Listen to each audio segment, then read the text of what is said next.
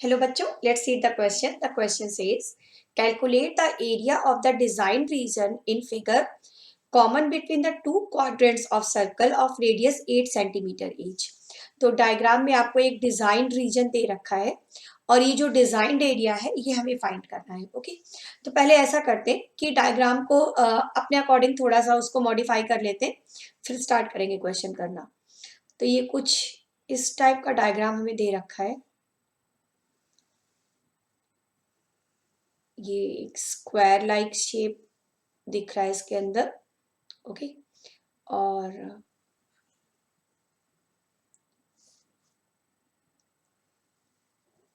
कुछ ऐसा शेप है. ये बीच में ये जो रीजन है ना, ये डिजाइन पोर्शन है. ओके, तो ये पॉइंट्स मान लेते हैं. सपोज ये ए है, ये बी है, ये सी डी. इन बिटवीन भी पॉइंट्स मान लेते हैं. ये मान लीजिए पी है, ये मान लिया क्यू है, और एक बार हम बी से डी को ज्वाइन कर देते हैं.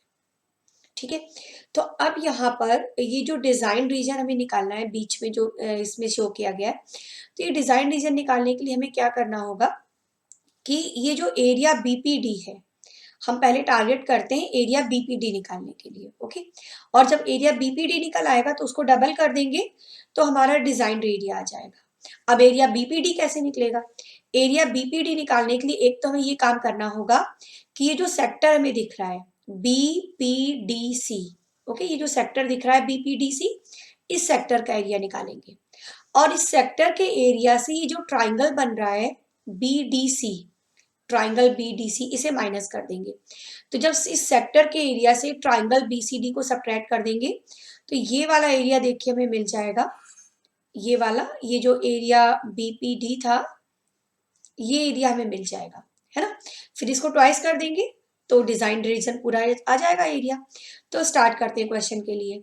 अब सबसे पहली बात, तो जो सेक्टर की बात हम कर रहे हैं, उस सेक्टर का ये एंगल 90 डिग्री क्वेश्चन के अंदर दे रखा है ना.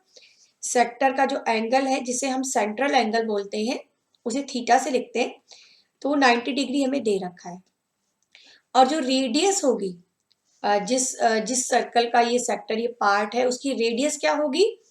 ये डिस्टेंस 8 सेंटीमीटर दे रखी है ना. 8 सेंटीमीटर, हर तरफ से 8 सेंटीमीटर है. तो ये जो क्वाड्रेंट हमको दे रखा है, ओके, जो क्वाड्रेंट दे रखा है, तो इसके लिए जो रेडियस है, रेडियस कितनी हो जाएगी? 8 सेंटीमीटर. रेडियस हो जाएगी 8 सेंटीमीटर. अब हम निकालना स्टार्ट करते हैं. तो जो एरिया ऑफ सेक्टर हम निकालने जा रहे हैं उसे हम A1 मान लेते हैं. ठीक है, तो A1 हो गया हमारा area of sector BPDC. Okay, sector का एरिया है.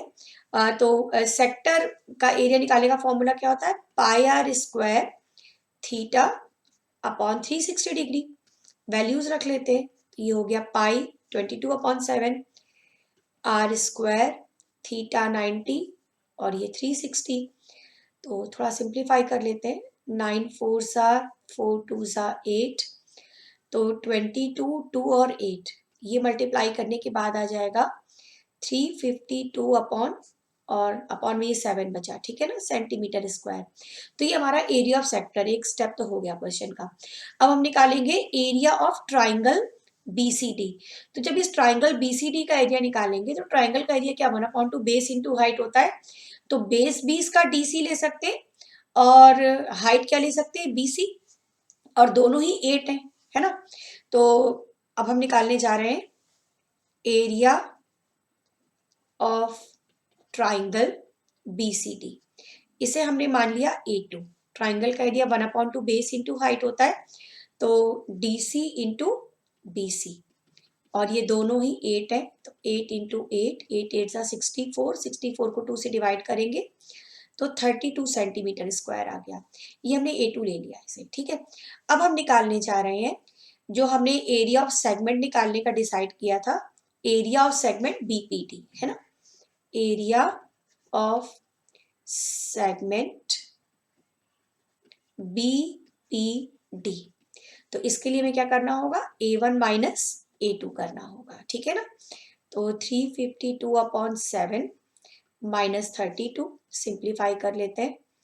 तो ये आ जाएगा 352 माइनस 212 24 आ जाएगा ये, और सब्ट्रैक्शन के बाद ये देगा 128/7 सेंटीमीटर स्क्वायर। तो एरिया सेगमेंट बीपीडी आ गया।